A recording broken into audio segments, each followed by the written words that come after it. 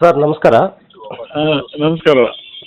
ನೀವು ಕೃಷಿ ಸಚಿವರಾಗಿ ಚಿಕ್ಕಬಳ್ಳಾಪುರ ಜಿಲ್ಲಾ ಉಸ್ತುವಾರಿ ಸಚಿವರಾಗಿ ಒಳ್ಳೆ ಕೆಲಸ ಮಾಡಿದ್ದೀರಾ.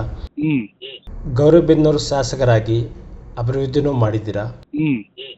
ಈಗ ಜಿಲ್ಲಾ ಅಧ್ಯಕ್ಷರಾಗಿ ಫೈಟ್ ಮಾಡ್ತಾ ಇದ್ದೀರಾ. ನಾನು ಫೈಟ್ ಮಾಡ್ತಾ ಇಲ್ಲ. ಯಾಕೆ ಫೈಟ್ ಮಾಡ್ತೀನಿ ನಾನು? ಎಲ್ಲರೂ ನಿಮ್ಮ ಹೆಸರು ಹೇಳ್ತಾ ಇದ್ದಾರೆ. ಅದು ಬೇರೆ ವಿಚಾರ, ಅಭಿಪ್ರಾಯ. ಈಗ ನಮಗೆ ಅಂತಸ್ತು ಕೊಡೋದು ಪಕ್ಷ. ಹೌದು. ಪಕ್ಷನೇ ಪ್ಲಾಟ್ಫಾರ್ಮ್. ಪಕ್ಷ ಸ್ವಲ್ಪ ಸಂಕಷ್ಟದಲ್ಲಿದೆ, ಸ್ವಲ್ಪ ಸರಿ ಮಾಡಬೇಕು, ವ್ಯತ್ಯಾಸಗಳು ಸರಿಪಡಿಸ್ಬೇಕು ಅಂತ ಸಂದರ್ಭದಲ್ಲಿ ಜನ ಕೋರಿದ್ರೆ ನಾವು ಪಕ್ಷದ ನಾವೇನ್ ಸ್ಥಾನ ಗಳಿಸಿದ್ವಿ ಅಥವಾ ಅಲಂಕರಿಸಿದೀವಿ ಅದು ಗೌಣ. ಈಗ ಮನೆ ಸರಿಯಾಗಿದ್ರೆ ಅಲ್ವೇನಪ್ಪ ಕುಟುಂಬ ಸರಿಯಾಗಿರೋದು.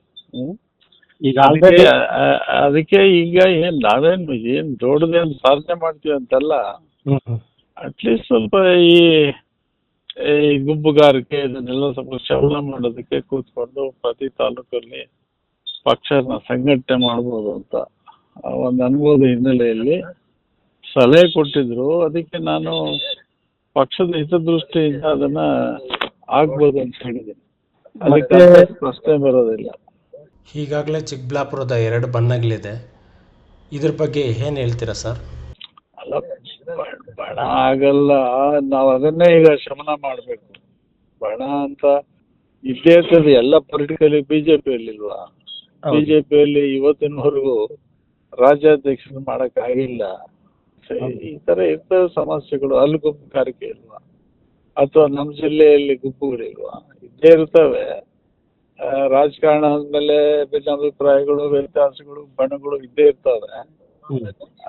ಸರಿಪಡಿಸುವಂತ ಒಂದು ವಾತಾವರಣ ನಿರ್ಮಿಸ್ತಕ್ಕಂಥದ್ದು ಸ್ವಲ್ಪ ಅನುಭವ ಇರುವಂತವ್ರು ಮಾಡಿದ್ರೆ ಒಳ್ಳೇದು ಅನ್ನೋ ಸಲಹೆ ಮೇಲೆಗೆ ಆಯ್ತಪ್ಪ ಜವಾಬ್ದಾರಿ ಕೊಟ್ಟರೆ ಮಾಡೋಣ ಅಂತ ಹೇಳಿದ್ದೀನಿ ನಾನು.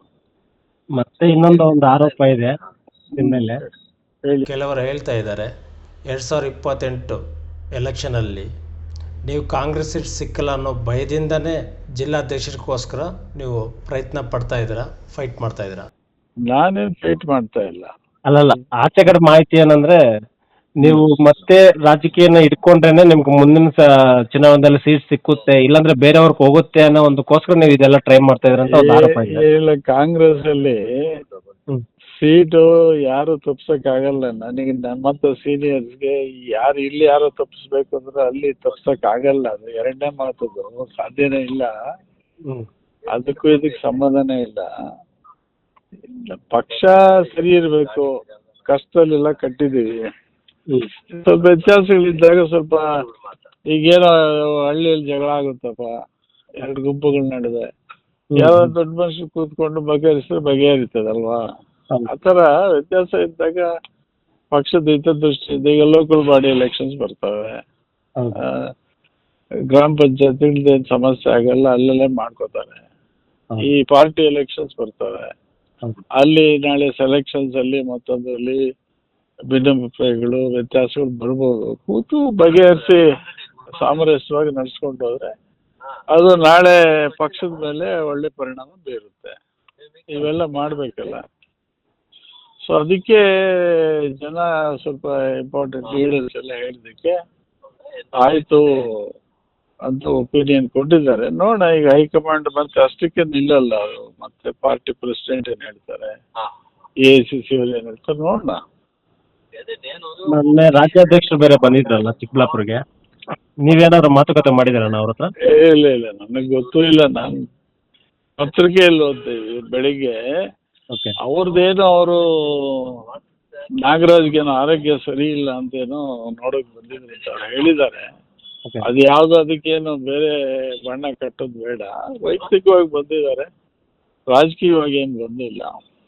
ಮತ್ತೆ ಚಿಕ್ಕಬಳ್ಳಾಪುರ MLA ಶಾಸಕರಾದ ಪ್ರದೀಪ್ ಈಶ್ವರ್ ಅವರು ನಿಮ್ಮನ್ನ ಆಯ್ಕೆ ಮಾಡಬೇಕು ಅಂತ ಅವರು ತೀರ್ಮಾನ ಮಾಡಿದ್ದಾರೆ. ಅವ್ರ ಬಗ್ಗೆ ನೀವೇನಂತೀರಣ್ಣ? ಅಲ್ಲ, ಅವ್ರ ಅಭಿಪ್ರಾಯ ಕೊಟ್ಟಿದ್ದಾರೆ, ನಾನು ನೋಡಿದೆ. ಆಯ್ತು, ಸಂತೋಷ. ಈಗ ಅಭಿಪ್ರಾಯ ಕೊಟ್ಟು ಜವಾಬ್ದಾರಿ ಕೊಟ್ರೆ ಎಲ್ರು ಮಾಡೋಣ. ಸರಿ, ಥ್ಯಾಂಕ್ ಯು ಅಣ್ಣ.